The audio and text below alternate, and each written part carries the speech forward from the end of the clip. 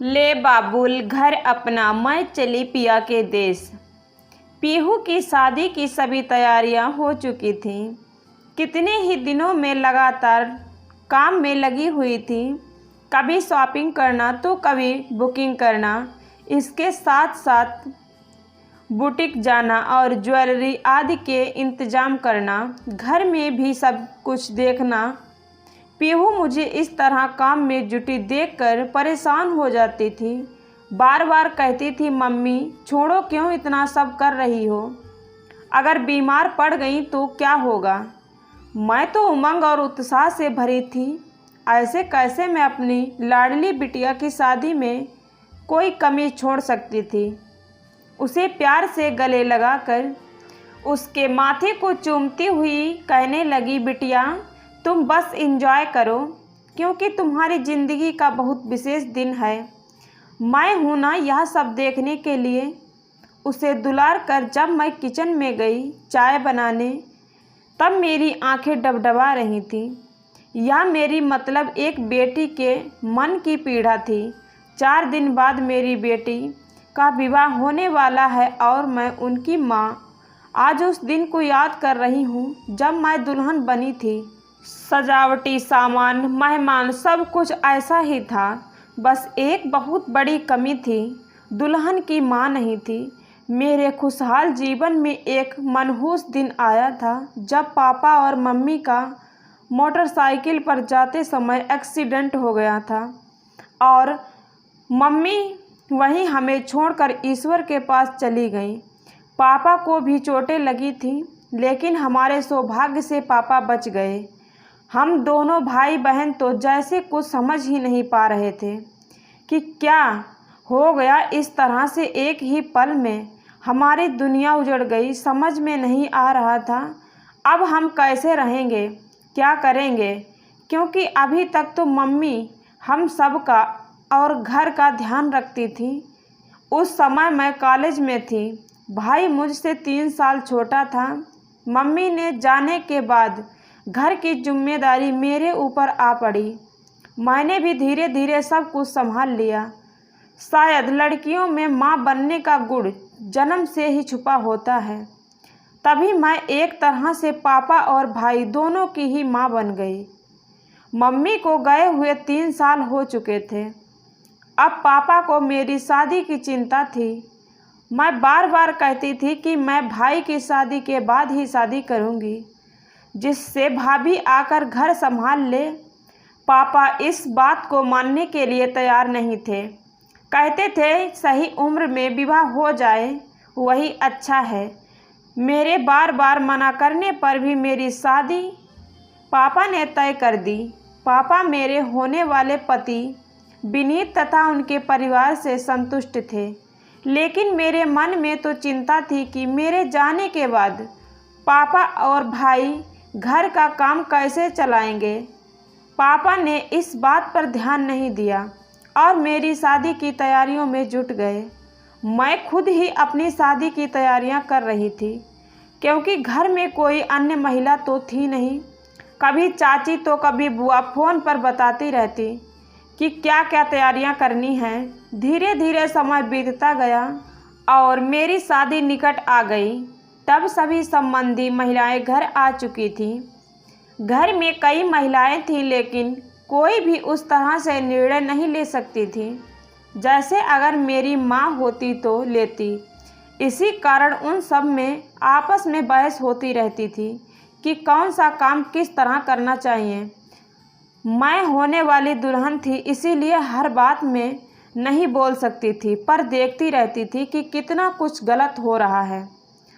अतिथियों की संख्या बढ़ती जा रही थी, क्योंकि सभी को अपने परिचितों या मित्रों को कार्ड देना था। रस्मों रिवाज भली प्रकार से नहीं हो रहे थे, क्योंकि आपस में ही बहस होती रहती थी कि क्या करना सही है। मम्मी की अलमारी की चाबी अभी तक मेरे पास थी, क्योंकि पापा ने उसे अभी लिया ही नहीं था। रस्मों के बीच से ही उठकर रुपया पैसा भी निकाल कर मुझे ही देना था। मेरे साथ जाने वाले सामान की शॉपिंग तो मैंने और पापा ने पहले ही कर ली थी। और रिश्तेदार महिलाओं के लिए भी साड़ी लेकर आए थे। सभी संबंधी महिलाएं सास का बक्सा सजा रही थीं। जो साड़ी मेरी बुआ को दी जानी चाहिए थी उन्हें पसंद नहीं आई। तब पापा ने कह दिया कि रश्मि को दी जाने वाली साड़ी में से बदल सकती हो, और बुआ ने अपनी साड़ी रखकर एक महंगी साड़ी उठा ली। मैं समझ रही थी कि पापा पुरुष हैं, उन्हें रिश्तों की बारीकियों के विषय में नहीं पता, वह तो केवल बहन का मन रख रहे हैं। लेकिन बुआ तो स्त्री है, उन्हें तो पता है कि बिटियों की ससुराल वालों का कितना ध्यान रखना पड़ता है। मैं मन ही मन नाराज़ हो गई, क्योंकि मैंने सबके हिसाब से अलग अलग साड़ियाँ खरीदी थी। अगर मैं यह कहती कि मेरी जाने वाली साड़ी में से साड़ी क्यों बदली हो, तो बस यही कहते कि शादी से पहले ही मायके से ज़्यादा ससुराल को महत्व दे रही हैं। इसीलिए मैं चुप रही। बात साड़ी की भी नहीं थी, मुझे तो केवल उन सब की मनमानी बुरी लग रही थी कि नाजुक रिश्ता जो अभी बना ही नहीं, उसकी भी उन्हें चिंता नहीं है और अपनी पसंद का ध्यान पहले है। सभी मेहमान की तरह से रह रहे थे, इसीलिए कभी खाने की बर्बादी होती थी तो कभी बिजली या पानी की। यह सब देख मैं मन ही मन कुढ़ती रहती थी। बार बार सोचती कि काश मम्मी होती तो घर में सब कुछ सही तरह से होता जैसा होना चाहिए। जाने का दिन नज़दीक था, इसीलिए मेरे मन में पापा भाई दोनों के लिए ममता बढ़ती जा रही थी। मेरी शादी वाले दिन सुबह से पापा भाग दौड़ में लगे हुए थे। मुझे याद था कि उन्हें निश्चित समय पर ब्लड प्रेशर के लिए दवा लेनी होती है। मैं उठकर उन्हें दवा देने गई, तब देखा कि वह मेरे लिए जूस लेकर आ रहे हैं। पापा का प्यार देखकर एकदम से मुझे रोना आ गया और मेरे हाथ में दवा देकर पापा भी कहे उठे, बिटिया इतनी चिंता मत कर, मेरी तेरे जाने के बाद बहुत याद आएगी। आंसू भरी आंखों से पापा ने मुझे गले से लगा लिया। मेरा मन भी भीग गया। शादी वाले दिन भी मैं देख रही थी कहाँ क्या गलत हो रहा है, पर दुल्हन खुद अपनी शादी में क्या कर सकती है, इसीलिए चुप रहे। जब विदा का समय आया तब पापा और भाई के गले लगकर मैं फूट फूट कर रोई, क्योंकि मेरे जाने के बाद इनका ध्यान कौन करेगा, यह ख्याल मुझे परेशान कर रहा था। ससुराल जाने के बाद भी माँ विहीन मायके की कल्पना मुझे दुखी कर रही थी। घर में खाना बनाने वाली तो लगी थी, लेकिन बिना किसी महिला के कोई घर नहीं बनता। जब कभी मैं ससुराल से आती थी तब पूरे घर की व्यवस्था दुरुस्त करती थी। खाना बनाने वाली तो तरह तरह के निर्देश देती थी और क्या खरीदना है यह सब देखती थी। जाते समय भी बहुत दुखी मन से जाती थी, क्योंकि मेरे आने के बाद पापा और भाई के खिले चेहरे मेरे जाने की खबर से ही बुझ जाते थे। मेरी गोद में 1 साल में ही पीहू आ गई। पापा जो सामान ला सकते थे लाए, लेकिन ऐसे समय में माँ के जिस प्यार की ज़रूरत होती है वह मुझे नहीं मिला। जब भाई की नौकरी लगी तब पापा ने उसकी शादी तय कर दी। मेरी शादी में तो सब कुछ संबंधी महिलाएं ने मिलकर कर दिया था, लेकिन भाई की शादी में मैं हर रस्म को भली प्रकार से निभा रही थी और घर की व्यवस्था देख रही थी। भाभी आ गई तब किसी महिला ने मजाक में कहा, रश्मि घर की मालकिन आ गई है, तुम्हारा पत्ता साफ हो जाएगा। मैंने तसल्ली से कहा, हाँ मैं यही चाहती हूँ कि मेरा पत्ता साफ हो और मालकिन अपना घर संभाले।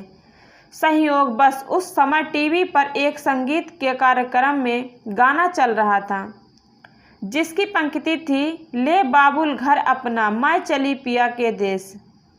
सच भाभी के घर की मालकिन बनकर आज आने के बाद मुझे वास्तव में पिया के देश जाने का अवसर मिला था।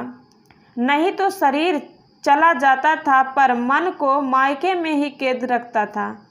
मैं कभी भाभी कृतज्ञ भी। भाभी के मन में पता नहीं किसने क्या भर दिया था कि वह कभी मुझसे नज़दीक नहीं हो पाई। क्या पता उसके मन में हो कि मेरे हाथ में पैसे का हिसाब किताब रहा और माँ के गहने कपड़े भी रहे हों। हो सकता है मैंने कुछ ज़्यादा ले लिया हो, लेकिन मैंने इस बात की चिंता नहीं की, क्योंकि अब मेरी माँ का घर मेरी भाभी के हाथ में था। वह घर फले फूले, यही मेरी इच्छा थी। फिर तो धीरे धीरे समय बढ़ता गया। मेरे भतीजा भतीजी आए, पीहू का भी भाई आ गया और मैं भी पूरी तरह अपने घर गृहस्थी में रम गई। जब तक पापा थे तब तक किसी प्रकार से समय निकाल कर मैं मायके चली जाती थी, लेकिन पापा के जाने के बाद तो मेरा जाना ना के बराबर हो गया। कभी कभी मन कचोटता भी था कि अगर मेरी माँ होती तो मुझे भी मायके का सुख मिलता। कितनी ही देर से मैं चुपचाप काम कर रही थी और सोचती जा रही थी। तभी मेरे बेटे ने कहा, मम्मी क्या तुम रो रही हो? मैंने चौंक कर कहा, नहीं तो। वह कहने लगा, मैं समझ गया, यह दीदी के जाने की वजह से है। अब उसे अपनी पीड़ा क्या बताती।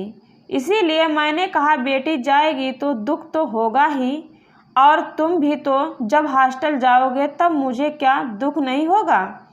प्यार से उसके बालों में हाथ फिरा कर मैं दूसरे काम देखने लगी। अपनी बेटी पीहू की शादी की तैयारियां करना और सभी काम भली भांति से रस्मों से रिवाज के अनुसार करना मुझे बहुत अच्छा लग रहा था, और मैं मन ही मन सोच रही थी कि काश कभी किसी की आसमां ही उसे छोड़कर ना जाए। शादी के बाद माँ को छोड़कर ससुराल जाना पीड़ादायक होता है, लेकिन माँ के बिना मायके को छोड़कर जाना और अधिक दुखदायी होता है। पीहू मुझे उदास देखकर मेरी गोद में सिर रख कर लेट गई और मैं प्यार से उसे थपथपा आने लगी। मन ही मन ईश्वर को धन्यवाद दे रही थी कि पीहू की ज़िंदगी की कितनी बड़ी खुशी मैं उसकी माँ मतलब मैं उसके साथ हूँ। तो दोस्तों, कैसी लगी कहानी? कमेंट लाइक शेयर ज़रूर करें। चैनल पर नए हैं तो सब्सक्राइब ज़रूर करें। धन्यवाद दोस्तों।